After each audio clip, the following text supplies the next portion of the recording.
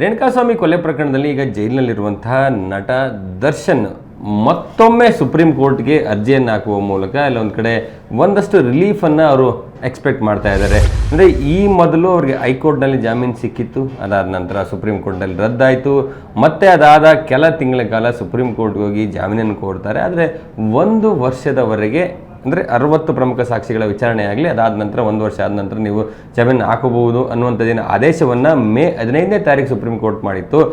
ಆ ಆದೇಶವನ್ನು ಮಾರ್ಪಾಡು ಮಾಡಬೇಕು ಅಂತೇಳಿ ಈಗ ಅರ್ಜಿಯನ್ನು ಸಲ್ಲಿಸಿದ್ದಾರೆ. ಸೊ ಈ ಮಾರ್ಪಾಡು ಅಂದರೆ ಏನು ಅನ್ನುವಂಥದ್ದು ಇಲ್ಲಿ ಪ್ರಮುಖವಾದ ಪ್ರಶ್ನೆ. ಅಂದರೆ ಮೇ 15ನೇ ತಾರೀಕು ಸುಪ್ರೀಂ ಕೋರ್ಟ್ ಅಂತ ಅಂದರೆ ಆದೇಶದಲ್ಲಿ 2 ಪ್ರಮುಖವಾಗಿ ವಿಚಾರ ಇತ್ತು. 1 ವರ್ಷ ಆದ ನಂತರ ದರ್ಶನ್ ಸೆಷನ್ಸ್ ಕೋರ್ಟ್ನಲ್ಲಿ ಜಾಮೀನು ಅರ್ಜಿಯನ್ನು ಸಲ್ಲಿಸಬಹುದು, ಅಲ್ಲಿಯವರೆಗೆ ಜಾಮೀನು ಅರ್ಜಿಯನ್ನು ಸಲ್ಲಿಸಲಿಕ್ಕೆ ಆಗೋದಿಲ್ಲ. ಅಂದರೆ 1 ವರ್ಷ ಅಂದರೆ ಕಂಪಲ್ಸರಿ ಅವರು ಯಾವುದೇ ರೀತಿಯಾದಂಥ ಬೇರೆ ಅವಕಾಶಗಳಿದೆ 1 ವರ್ಷ ಜೈಲಿನಲ್ಲಿ ಇರಲೇಬೇಕು. ಮತ್ತು ಅಷ್ಟರೊಳಗಾಗಿ 60 ಪ್ರಮುಖ ಸಾಕ್ಷಿಗಳನ್ನು ಸೆಷನ್ಸ್ ಕೋರ್ಟ್ನಲ್ಲಿ ವಿಚಾರಣೆ ನಡೆಸಬೇಕು ಅನ್ನುವಂಥದ್ದು. ಹಾಗಾಗಿ 1 ವರ್ಷ ದರ್ಶನ್ಗೆ ಜಾಮೀನಿನ ಯೋಚನೆ ಮಾಡಲಿಕ್ಕೆ ಸಾಧ್ಯನೇ ಇಲ್ಲ, 1 ವರ್ಷ ಜೈಲಿನಲ್ಲಿ ಇರಲೇಬೇಕು ಅನ್ನುವಂಥ ಆದೇಶ ಏನಿತ್ತು.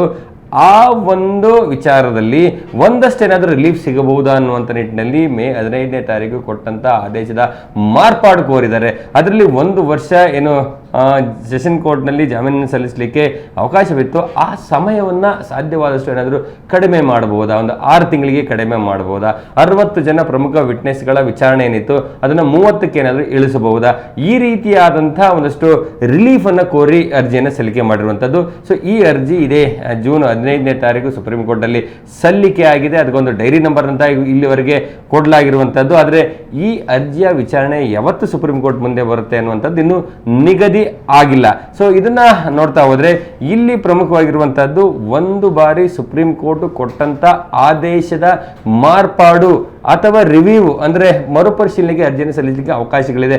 ಆ ಅರ್ಜಿಗಳನ್ನು ವಿಚಾರಣೆಗೆ ತೆಗೆದುಕೊಳ್ಳಬೇಕೇ ಬೇಡವೇ ಅನ್ನುವಂಥದ್ದು ಆಯಾ ಹೈಕೋರ್ಟ್ ಅಂದರೆ ಸುಪ್ರೀಂ ಕೋರ್ಟ್ನ ಪೀಠಕ್ಕೆ ಬಿಟ್ಟಂಥ ಒಂದಷ್ಟು ವಿವೇಚನೆ ಆಗಿರ್ತದೆ. ಹಾಗಾಗಿ ಸುಪ್ರೀಂ ಕೋರ್ಟ್ಗೆ ಈಗ ದರ್ಶನ್ ಸಲ್ಲಿಸಿರುವಂಥ ಮಾರ್ಪಾಡು ಅರ್ಜಿ ಏನಿದೆ ಅದು ವಿಚಾರಣೆಗೆ ಬರುತ್ತಾ, ಯಾಕೆಂದರೆ ಇದುವರೆಗೆ ಈ ಅರ್ಜಿಯನ್ನು ಸಲ್ಲಿಕೆ ಮಾಡಿ ಈಗಾಗಲೇ 7 ದಿನ ಆಗಿರುವಂತಹದ್ದು. 7 ದಿನ ಆದರೂ ಕೂಡ ಇಲ್ಲಿಯವರೆಗೆ ಮುಂದಿನ ವಿಚಾರಣೆ ದಿನಾಂಕ ಯಾವುದು ಅನ್ನುವಂಥದ್ದು ಎಲ್ಲಿ ಕೂಡ ನಿಗದಿಯಾಗಿಲ್ಲ. ಸಾಮಾನ್ಯವಾಗಿ ಒಂದು ಅರ್ಜಿ ಸಲ್ಲಿಕೆ ಆದ ನಂತರ ಒಂದು ಟೆಂಟೇಟಿವ್ ಅಂದರೆ ತಾತ್ಕಾಲಿಕವಾದಂಥ ಒಂದು ದಿನಾಂಕವನ್ನು ಅಲ್ಲಿ ನಮೂದು ಮಾಡಲಾಗುತ್ತೆ. ಆ ಒಂದು ತಾತ್ಕಾಲಿಕ ವಿಚಾರಣಾ ದಿನಾಂಕವೂ ಕೂಡ ನಿಗದಿ ಆಗಿಲ್ಲ. ಸೊ ಅದನ್ನು ನೋಡ್ತಾ ಹೋದರೆ ಈ ಅರ್ಜಿ ಯಾವತ್ತು ವಿಚಾರಣೆಗೆ ಬರಬಹುದು ಅನ್ನುವಂಥದ್ದು ಇಲ್ಲಿವರೆಗೂ ಒಂದು ಸ್ಪಷ್ಟತೆ ಇಲ್ಲ. ಅದರ ಜೊತೆಗೆ ಈ ಅರ್ಜಿ ನ್ಯಾಯಪೀಠದ ಮುಂದೆ ಅಂದರೆ ಸುಪ್ರೀಂ ಕೋರ್ಟ್ನ ನ್ಯಾಯಪೀಠದ ಮುಂದೆ ವಿಚಾರಣೆಗೆ ಬರುತ್ತಾ ಇಲ್ವಾ ಅನ್ನುವಂಥದ್ದು ಖಚಿತತೆ ಇಲ್ಲ. ಯಾಕೆಂದರೆ ಇಂತಹ ಮಾರ್ಪಾಡು ಅರ್ಜಿಗಳನ್ನು ಅಥವಾ ಮರುಪರಿಶೀಲನೆ ಅರ್ಜಿಗಳನ್ನು ನ್ಯಾಯಾಧೀಶರು ಅದನ್ನು ತೆಗೆದುಕೊಳ್ಬೋದು ಅಥವಾ ಅವರ ಕಚೇರಿಯಲ್ಲೇ ಈ ಅರ್ಜಿಯನ್ನು ನೋಡಿ ಇದು ವಿಚಾರಣೆಗೆ ಯೋಗ್ಯ ಇಲ್ಲ, ವಿಚಾರಣೆ ಮಾಡುವಂಥ ಅಗತ್ಯತೆ ಇಲ್ಲ ಅಂತೇಳಿ ಅರ್ಜಿಯನ್ನು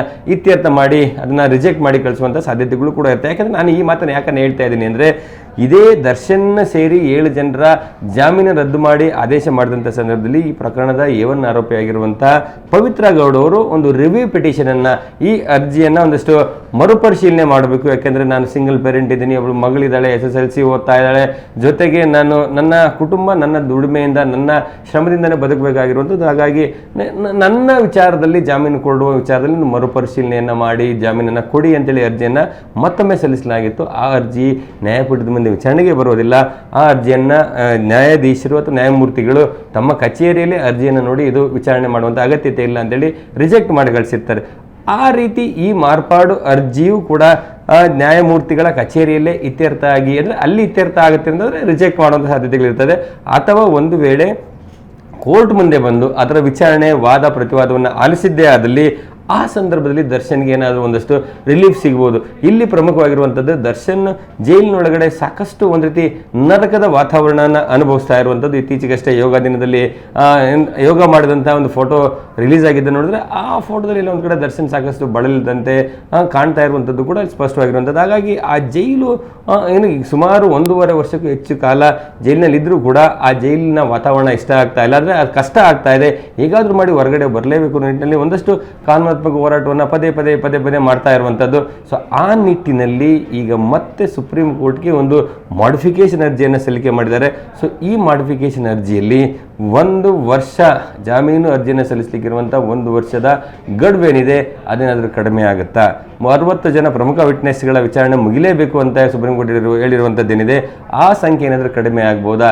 ಹೇಗಾದರೂ ಮಾಡಿ ಆದಷ್ಟು ಬೇಗ ತಾನು ಜಾಮೀನನ್ನು ಪಡ್ಕೊಳ್ಳುವಂಥ ನಿಟ್ಟಿನಲ್ಲಿ ಒಂದಷ್ಟು ದಾರಿಯನ್ನು ಸುಗಮ ಮಾಡಿಕೊಳ್ಳಬೇಕು ಅನ್ನೋ ನಿಟ್ಟಿನಲ್ಲಿ ಒಂದಷ್ಟು ಪ್ರಯತ್ನಗಳನ್ನು ಮಾಡ್ತಿದ್ದಾರೆ.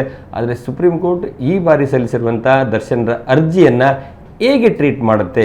ವಿಚಾರಣೆಗೆ ತೆಗೆದುಕೊಳ್ಳುತ್ತಾ ಅಥವಾ ವಿಚಾರಣೆಗೆ ತೆಗೆದುಕೊಳ್ಳದೇ ಇತ್ಯರ್ಥ ಮಾಡಿ ಅಥವಾ ಅದನ್ನು ರಿಜೆಕ್ಟ್ ಮಾಡಿ ಕಳಿಸುತ್ತಾ ಅನ್ನೋದು ಇರುವಂಥದ್ದು. ಸೊ ಇದನ್ನು ನೋಡ್ತಾ ಹೋದರೆ ದರ್ಶನ್ ಎಲ್ಲ ಒಂದು ಕಡೆ ಕಾನೂನಾತ್ಮಕವಾಗಿ ಒಂದಷ್ಟು ಹೋರಾಟವನ್ನು ಮುಂದುವರಿಸ್ತಲೇ ಇದ್ದಾರೆ. ಈ ಹೋರಾಟದಲ್ಲಿ ಅವ್ರಿಗೇನಾದರೂ ಒಂದು ರಿಲೀಫ್ ಸಿಗುತ್ತಾ ಅಥವಾ ಜೈಲಿನ ಮುಂದಿನ ವರ್ಷ ಅಂದರೆ 2027 ಮೇ 15 ಕೂಡ ಯಾವುದೇ ಜಾಮೀನು ಅರ್ಜಿನ ಸಲ್ಲಿಸಲಿಕ್ಕೆ ಅವಕಾಶಗಳಿಲ್ಲದೆ 1 ವರ್ಷ ಅಂದರೆ ಜೈಲಿನಲ್ಲಿ ಇರಬೇಕಾದಂಥ ಅನಿವಾರ್ಯತೆ ಎದುರಾಗುತ್ತಾ ನೋಡಬೇಕಾಗಿರುವಂಥದ್ದು.